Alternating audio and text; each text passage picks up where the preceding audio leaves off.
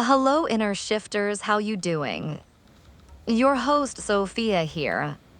Let's begin with the first point, scanning the menu for balance. Not just calories, because this is where dining out can shift from anxious math to intuitive nourishment. You walk into a restaurant and there's excitement in the air, music playing softly, clinking of silverware, the scent of spices swirling. And there you are, menu in hand, caught between celebration and a little inner tug that says, I want to enjoy this. But I want to feel good later too. That moment, that's the key. Because making healthy choices when dining out isn't about restriction, it's about alignment. It's about scanning for what supports your body, not just what adds up on paper. For so long, we've been told that calories are king.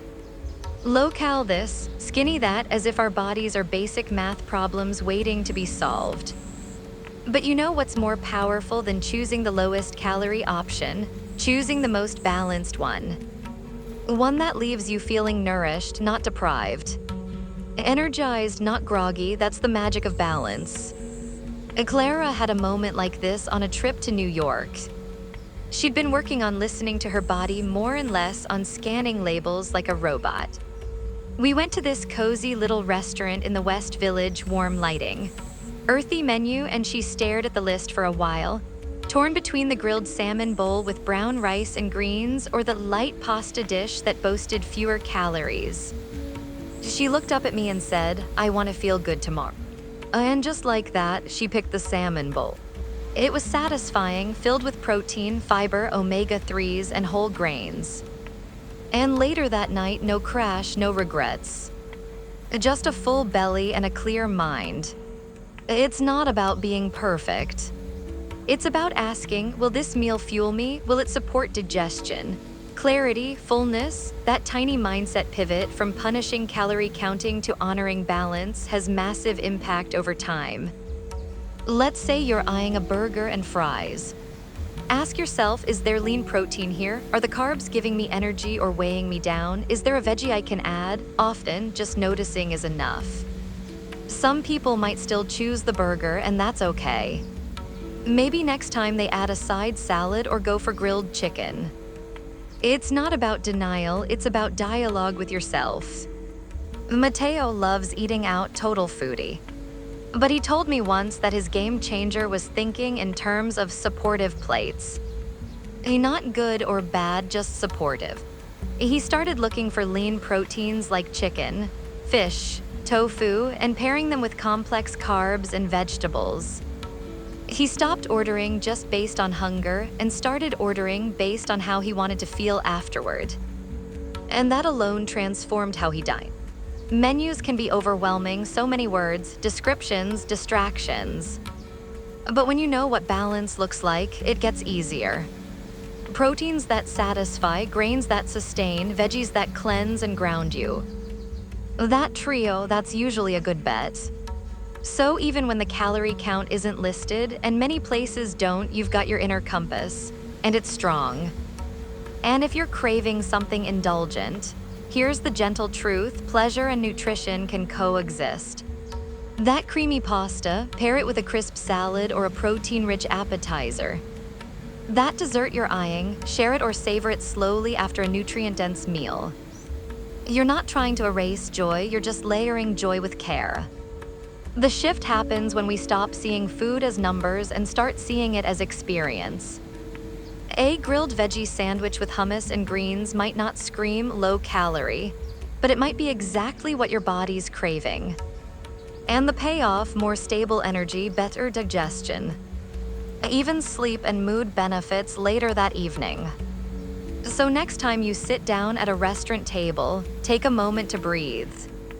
Scan the menu with curiosity, not fear. Look for combinations that speak to your needs, physical, emotional, even spiritual. And remember, the right choice is the one that leaves you feeling whole. Requesting smart swaps or adjustments is okay because this is where dining out becomes less about limitations and more about ownership. It's one of the most empowering tools you have in your wellness toolkit, and once you get comfortable using it, Eating out stops being stressful and starts feeling like a conscious celebration. Picture this: you're at a restaurant, glancing at the menu, and there's a dish that calls your name, say, a grilled chicken sandwich with crispy fries. And delicious, right? But you pause. You know you'll feel better with some greens or something lighter on the side. So you ask the server, kindly and confidently, could I get a side salad instead of fries? And they nod. No drama, no eye roll, just a swap. And just like that, you've shifted the whole feel of the meal, not by denying yourself joy, but by customizing it to match how you want to feel afterward. That's the magic of the ask. And Clara used to worry about being that person, the one who tweaks orders and asks questions. She felt embarrassed at first, like she was doing too much. But over time, she realized something: most restaurants want you to enjoy your food. They're happy to make small changes as long as they're doable. So she started asking, dressing on the side, no cheese on the salad, steamed vegetables instead of mashed potatoes. Eventually, these became second nature. I stopped seeing it as inconvenience, she said. I started seeing it as collaboration. Because that's what it is, really. You're not making demands, you're making choices. You're asking, hey, can we co-create a meal that makes me feel amazing? And that's never too much to ask. Even Mateo, who used to be strictly order as is, had a shift once during a work lunch. Everyone was ordering burgers and he wanted one too. But he knew the greasy fries would drag him down for his afternoon meeting. So he smiled and said, could I swap the fries for the grilled veggies? The server nodded, no problem. And his colleagues, they followed suit. I didn't realize I could influence a whole table just by choosing what I needed, he told me later. That was a cool moment. Asking for adjustments doesn't mean you're being picky, it means you know yourself. Maybe you ask for half the sauce. Maybe you get whole grain instead of white bread. Maybe you choose grilled protein over fried. Whatever it is, you're communicating, I want this meal to support me. You're inviting the experience to be less passive, more intentional. And let's talk about dressing for a second. That innocent little drizzle can pack hundreds of calories and added sugar. But asking for it on the side, total game changer. You control the flavor and the portion. Clara swears by this move. She calls it liquid empowerment. The beauty is that most servers don't mind. They're used to it. You're not reinventing the dish, you're just guiding it a little. And when you do it with kindness and ease, it never feels demanding. Also, quick heart to heart, if you love the fries or the creamy pasta or whatever it is you're adjusting, you're allowed to say, I'll enjoy this as it is. There's no rule that says you must tweak every meal. But the more you practice asking when it feels right, the more natural it becomes. And this isn't just about nutrition. It's about reclaiming agency. You're not at the mercy of the menu. You're not stuck with choices that don't align. You get to co-author the meal. That's a powerful feeling. Over time, those swaps add up. One less heavy sauce, one more pile of greens, a half the amount of cheese, grilled instead of fried. You still enjoy the flavor, the occasion, the company, but you leave feeling lighter, more energized, more in tune with your body. So the next time you're dining out, consider this your permission slip, ask for what you need, adjust with love. It's not a battle, it's a conversation. One that honors your body, your preferences, your well-being. Pausing before ordering lets you reflect on what are you eating. Because this is where dining out shifts from impulse-driven to intentionally delicious. And the magic of this moment, it lives in that quiet space between sitting down and saying, I'll have the. You know how it goes, you walk into a restaurant, cozy lighting, chatter all around, the scent of something buttery wafting through the air. You're hungry, maybe even hangry. The menu lands in your hands and boom, instant tunnel vision. You scan for comfort, habit, temptation. And before you know it, you've ordered something that speaks to your cravings, but maybe not to how you actually want to feel afterward. That's where the pause comes in. Just a few breaths, a little awareness. Not to complicate things, just to connect with yourself. Clara had a little ritual she started last year, one that changed everything. She called it the menu minute. Every time she went out, she gave herself 60 seconds before she even considered ordering. No multitasking, no rushing. Just breathing, glancing, asking herself, what does my body want right now? What will feel good later? At first it felt silly. But over time, it became sacred. She started choosing meals that left her feeling light, satisfied, and peaceful, even if they still included pasta or dessert sometimes. I stopped eating from urgency, she told me. I started choosing from clarity. It's wild how fast we can override our own needs when we're hungry, distracted, or caught in social pressure. We see what others are ordering. We respond to smells, mood, habit. Sometimes we order what we always order, not because we want it, but because it's familiar. But when you pause, you override the autopilot. You invite intention back to the table. And it's not about restriction. Matteo had a huge realization around this too. He used to feel nervous at restaurants, scanning menus for safe options. Then he flipped the approach. Instead of asking, what should I avoid? He started asking what will energize me later today. That tiny mindset shift changed how he looked at everything. He'd still get what he wanted, but he stopped rushing. That pause helped him choose food with himself, not in spite of himself. Sometimes it's as simple as noticing your body. Are you famished? Then maybe something with protein and fiber will stabilize you best. Are you emotionally worn down? Maybe comfort food is okay today, but you still make that choice with awareness. The pause gives you that moment of discernment. Even taking a moment to sip water before you order can help. Hydration dampens urgent cravings. It creates space, literally and metaphorically. It slows the spiral and anchors your thinking. Pausing also reconnects you with your why.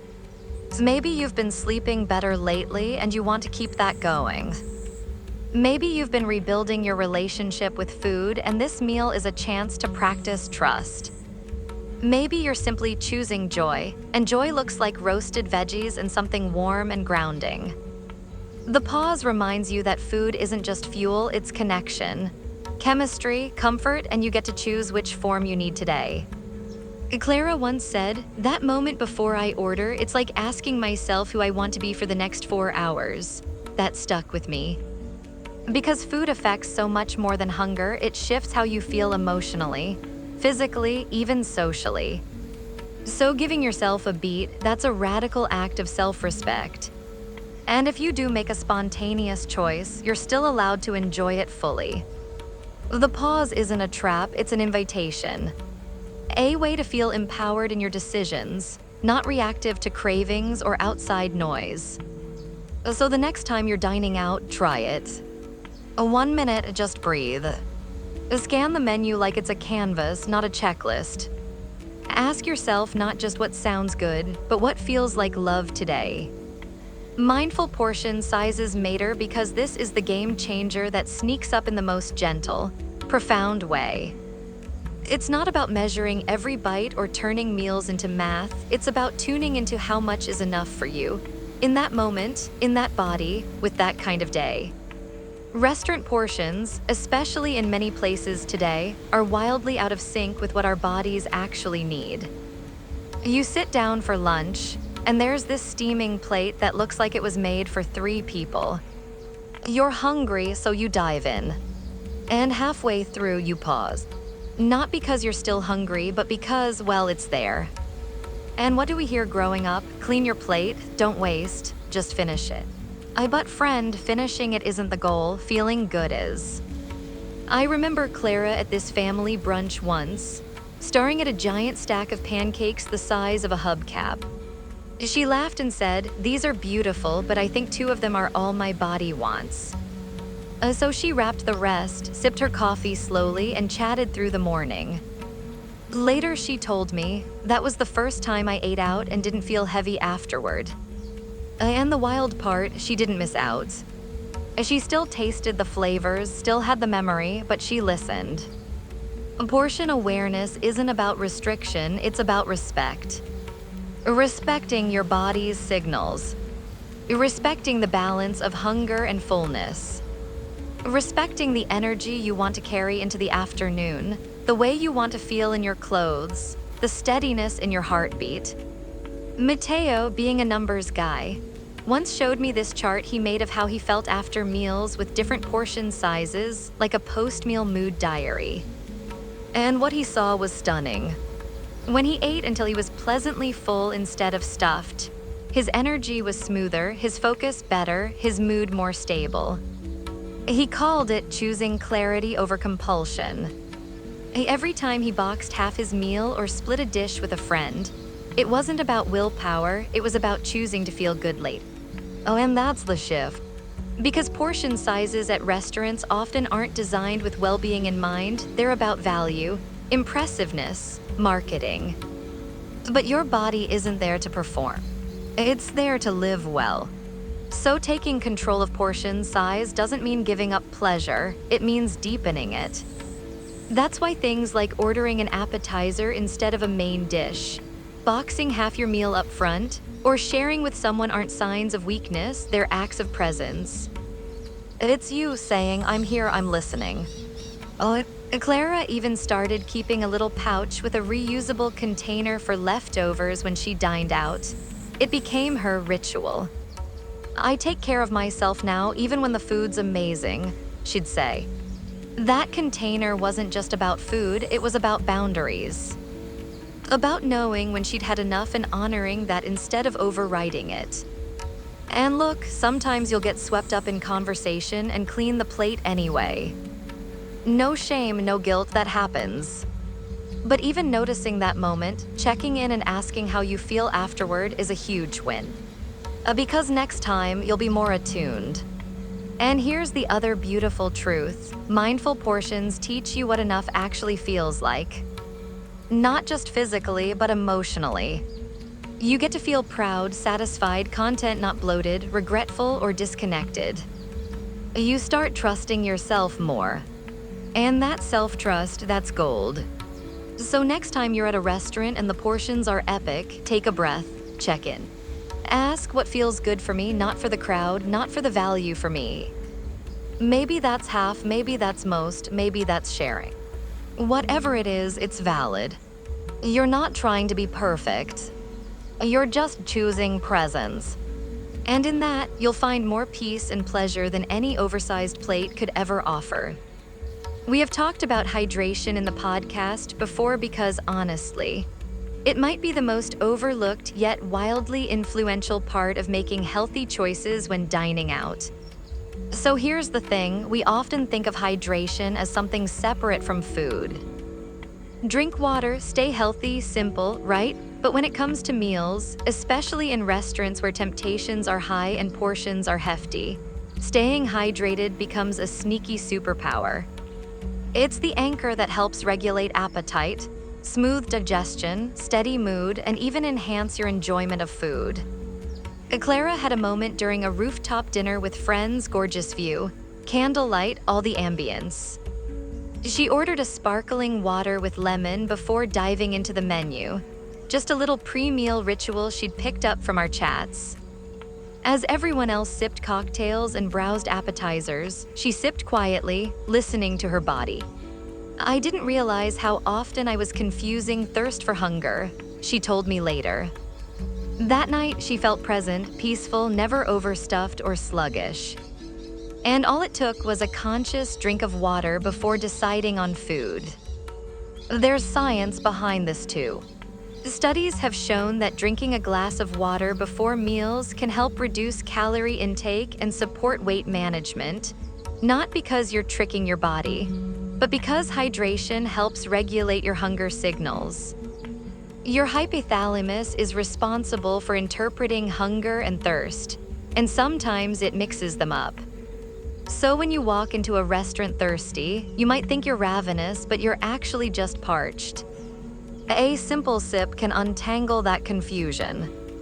Mateo actually started keeping a water bottle with him during work lunches.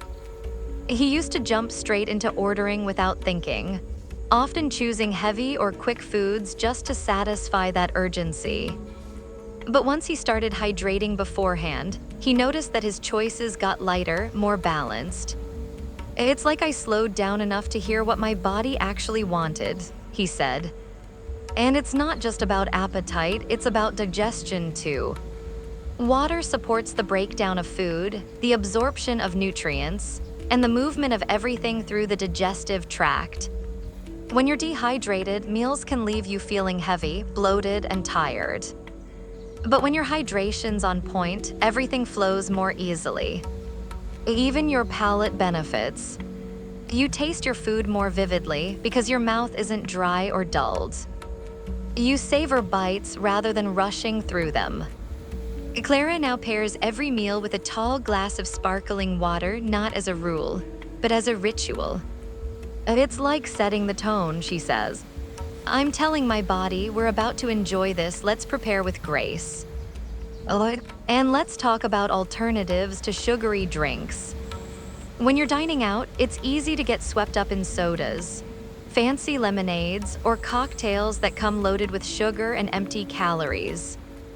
There's no shame in enjoying a drink, but being mindful of your hydration means sometimes skipping the sweetened stuff in favor of water, herbal tea, or something cleaner. Mateo started adding fresh lime or cucumber to his water when dining out, just for the sensory upgrade. It's refreshing, grounding, and gives the same vibe of intentional care without the sugar spike. Another thing Clara did during one of her more focused seasons, she asked for water as her first interaction with the server, before even looking at the menu. That simple gesture set the tone not just for her hydration, but for the whole meal. It reminded her to lead with support, not just sensation. So the next time you dine out, consider hydration your quiet partner. It won't steal the spotlight from your dish, but it will support the entire experience. You'll feel more connected, less reactive, and more attuned to what and how you eat. It's not just about drinking water, it's about respecting your body enough to start the meal in balance. To tune in to offer support before stimulation. You're not just ordering food, you're nourishing a rhythm. And that rhythm starts with the most basic act of kindness, a glass of water. I thank you so much for listening to this podcast. Remember to like, follow, subscribe, and do all those lovely things you wonderful people do. I'll see you next time.